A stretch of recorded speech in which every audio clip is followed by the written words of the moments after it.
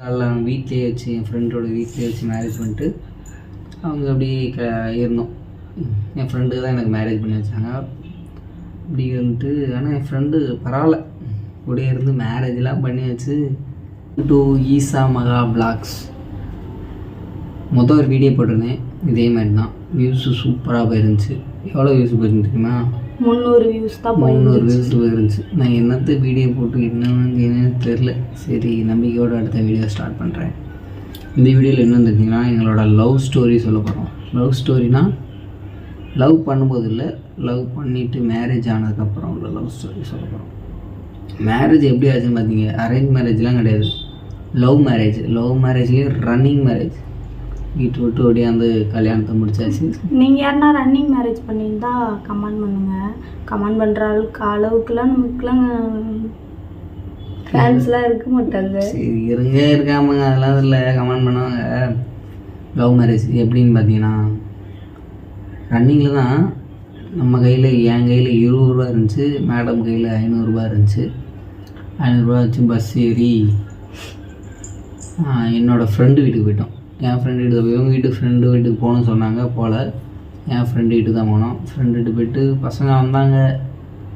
பசங்க வந்துன்னு கூப்பிட்டு போனாங்க. போயிட்டு அன்றைக்கே மேரேஜ் பண்ணணுன்னு சொன்னாங்க. அன்றைக்கே மேரேஜ் வேணாம், மறுநாள் பண்ணிக்கிறோம், அன்றைக்கி ஈவினிங் டைம் ஆகிடுச்சுனால மறுநாள் பண்ணிக்கிறோன்னு சொல்லிட்டு அன்றைக்கி என் ஃப்ரெண்டு வீட்டில் தங்கிட்டோம். என் ஃப்ரெண்டு வீட்டில் தங்கிட்டு என் வீட்டிலலாம் தேடுறாங்க, எங்கள் வீட்லேயும் தேடுறாங்க, நம்ம வீட்லேயும் தேடுறாங்க, தேடின்னு இருக்காங்க. இன்னும் மறுநாள் காலையில் புது ட்ரெஸ்லாம் இல்லை, பழைய ட்ரெஸ் போட்டு போன ட்ரெஸ் தான். அதோட 2 பேர் காலைல அவங்க வீட்லேயே வச்சு என் ஃப்ரெண்டோட வீட்லேயே வச்சு மேரேஜ் பண்ணிட்டு அவங்க அப்படி இருந்தோம். என் ஃப்ரெண்டுக்கு தான் எனக்கு மேரேஜ் பண்ணி வச்சாங்க. அப்படி இருந்துட்டு ஆனால் என் ஃப்ரெண்டு பரவாயில்ல கூட இருந்து மேரேஜெலாம் பண்ணி வச்சு இருந்தாங்க. சென்னைக்கெலாம் அனுப்பிச்சிலாம் வச்சாங்க. ஆமாம், சென்னைக்கெலாம் அனுப்பிச்சி வச்சாங்க. என் கையில் காசு கிடையாது, என் கையில் ஒரு 20 ரூபா இருந்துச்சா, 500 ரூபா இருந்துச்சா. மேரேஜ் முடிஞ்சு நைட்டே சென்னை கிளம்புதா பிளான். அவங்க ஃப்ரெண்டு தான் பஸ்ஸெலாம் புக் பண்ணி ஏற்றி விட்டாங்க, கூடவே இருந்தாங்க. அது போக எங்கள் ஊர்லேருந்து பசங்கள்லாம் ஃபோன் பண்ணி கேட்டுட்டே இருந்தாங்க அந்த பையன்கிட்ட. ஆனால் அவங்க எங்களை லாஸ்ட் வரைக்குமே காட்டி கொடுக்கவே கிடையாது. எங்கள் கூட இருந்து சப்போர்ட் பண்ணி பஸ்ஸில் ஏற்றி விட்டு காசுலாம் கொடுத்து அமுச்சு விட்டாங்க சென்னைக்கு. சவுண்டாக பஸ் மைக் இல்லை, சவுண்டாக மைக் இருக்குது, ஆனால் சார்ஜர் போட மறந்துட்டோம். சார்ஜர் இல்லை, அதனால தான் சவுண்டு கேட்க மாட்டேங்குது. அனுப்பிச்சி விட்டாங்க. என் ஃப்ரெண்டு தான் எனக்கு ஒரு 10,000 கொடுத்தான். 10,000 வச்சு நைட்டே சென்னை கிளம்பியாச்சு. சென்னை கிளம்பி வந்துட்டோம். சென்னை கிளம்பி வந்து இறங்கி ஏதோ ஒரு ஊர், எந்த ஊர்னு எனக்கு தெரியாது. மேடம் தான் இங்கே வேலை பார்த்தாங்க ஏற்கனவே சென்னையில், அவங்க தான் என் கூட்டு. இப்போ வந்து நாங்கள் அந்த ஊர் சொல்லுவோம், ஆனால் அது வந்து இப்போ சொல்ல மாட்டோம், இன்னும் நான் சொல்கிறோம். இப்போயே அதே ஊரில் தான் இருக்கிறோம். ரொம்ப வில்லங்கமான ஊர், அதனால சொல்ல மாட்டேன். வந்தோம், ஊருக்கு வந்துட்டோம். வந்து ஒரு ஈவினிங் எத்தனை மணிக்கு வந்தோம்? ஈவினிங்லாம் வரல, மார்னிங்கே வந்துட்டோம். மார்னிங் 10 மணிக்கு வந்திருப்போமா? மார்னிங் 7 மணிக்கெலாம் வந்துட்டோம். வந்து இங்கே எத்தனை மணிக்கு வந்தோம்? சென்னை தான் 7 மணிக்கு வந்தோம். அங்கேருந்து பஸ் பிடிச்சி வர இங்கே ஒரு 10 மணி ஆயிடுச்சு. 10 மணி ஆகி வீடு தான் பெரிய ட்விஸ்டாகவே இருந்துச்சு. வீடே கிடைக்கல. ஆனாத மாதிரிக்கே 2 பேரும் நின்றுட்டு இருந்தோம். வீடே கிடைக்கல. ஆனால் எனக்கு தெரிஞ்ச என் வீடு, நான் ஃபஸ்ட்டு இங்கே சென்னையில் ஒர்க் பண்ணுறப்போ என் வீட்டாண்ட வந்து ஒரு டீ கடை இருக்கும். அந்த டீ கடையில் தான், அங்கே தான் போய் நின்றா அந்த தாத்தா எல்லாமே வீடு எல்லாமே விசாரித்து வச்சுருப்பாரு. அங்கே போய் தான் நின்றுட்டு இருந்தோம். அவங்களுமே ரொம்ப நேரமாக ஒரு 1 hour 2 hour பக்கம் நின்றுட்டு இருந்தோம். ஆனால் அவங்க வந்து எங்களை போங்கன்னு சொல்லலை, எதுக்கு இங்கே நிற்கிறீங்கன்னு சொல்லலை. 2 பேரும் நின்று அழுதுனே இருந்தோம்.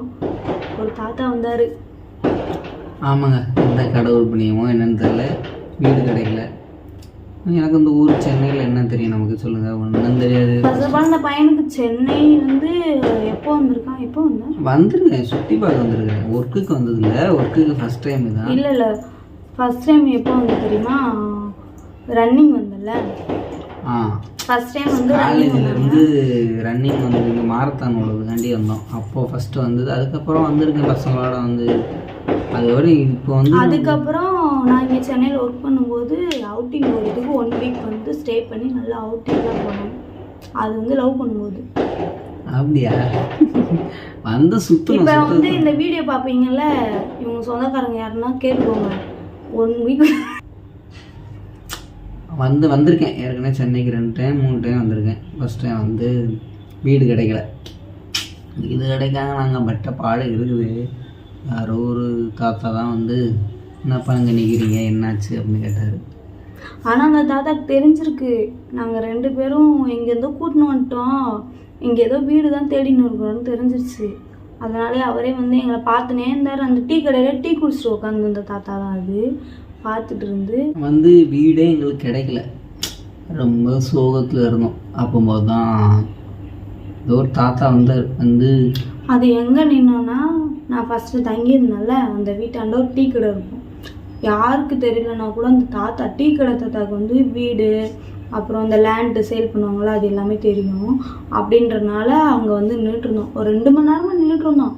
ஆனால் அந்த தாத்தாவுக்கு வந்து நான் வேலையை விட்டு போய் 1 இயர் ஆச்சா, அதனால் என்னை அடையாளம் தெரியல. அது போக அங்கே இன்னொரு தாத்தா வந்து டீ குடிச்சிட்டு இருந்தார். அப்போ தான் இந்த பையன் ஏதோ கூட்டு போய் தனியாக பேசினார். என்ன பேசினாங்க? தனியாக ரகசியம்லாம் ஒன்றும் பேசலை. வீடு வேணுமாப்பா அப்படின்னு கேட்டாங்க. அவன் வீடு வேணும் அப்படின்னா யாருன்னு கேட்டாங்க. இல்லை மேரேஜ் கல்யாணம் முடிஞ்சிச்சு ஃபேமிலி தான் அப்படின்னு சொன்னாங்க. அப்போ வாங்க அப்படின்னு கூப்பிட்டு வந்தாங்க. கூப்பிட்டு வந்து ஒரு வீடு எங்கேயோ சந்தோலி வந்து ஒரு வீட்டுக்கு வந்துட்டோம். எப்படி வந்தோன்னு கூட எனக்கு தெரியல. ஒரு 200 மீட்டர் நடந்துருக்குமா அங்கேருந்து? அங்கேருந்து பஸ் ஸ்டாண்ட்லேருந்து ஒரு 200 மீட்டர் 300 மீட்டர் நடந்துருக்கோம். வந்து கூப்பிட்டு வந்து வீட்டில் விட்டாங்க. வீடு வந்து பார்க்குறோம். எப்படியும் எங்களுக்கு வீடு கிடச்சிருச்சு. அட்வான்ஸு 5000 கேட்டாங்க. எங்கிட்ட இருந்தது. ஆனால் இந்த ஏரியாவில் வந்து அட்வான்ஸு குறைஞ்சதே 20000 ரூபா தான். குறைஞ்சது 20000 ரூபா தான் வாங்குவாங்க. நான் அப்போலேருந்து இருக்கிறேன், இங்கே 20000 ரூபா தான் வாங்குவாங்க. ஆனால் என்ன கடவுள் பண்ணுதுன்னு தெரியல, எங்களுக்கு 1000 ரூபா தான் கேட்டாங்க. நாங்கள் 1000 ரூபா தான் கொடுத்தோம். ஆமாம் 1000 ரூபா தான் கொடுத்தோம். இருந்து 10000 ரூபா தான். 5000 ரூபா அங்கே கொடுத்தோம். பஸ்ஸுக்கு டிக்கெட்டு 2000 ரூபா போச்சு. மிச்சம் 3000 ரூபா தான் இருந்துச்சு. வந்து இருக்கிறோம். அன்றைக்கி பொழுது அப்படியே முடிஞ்சிச்சு.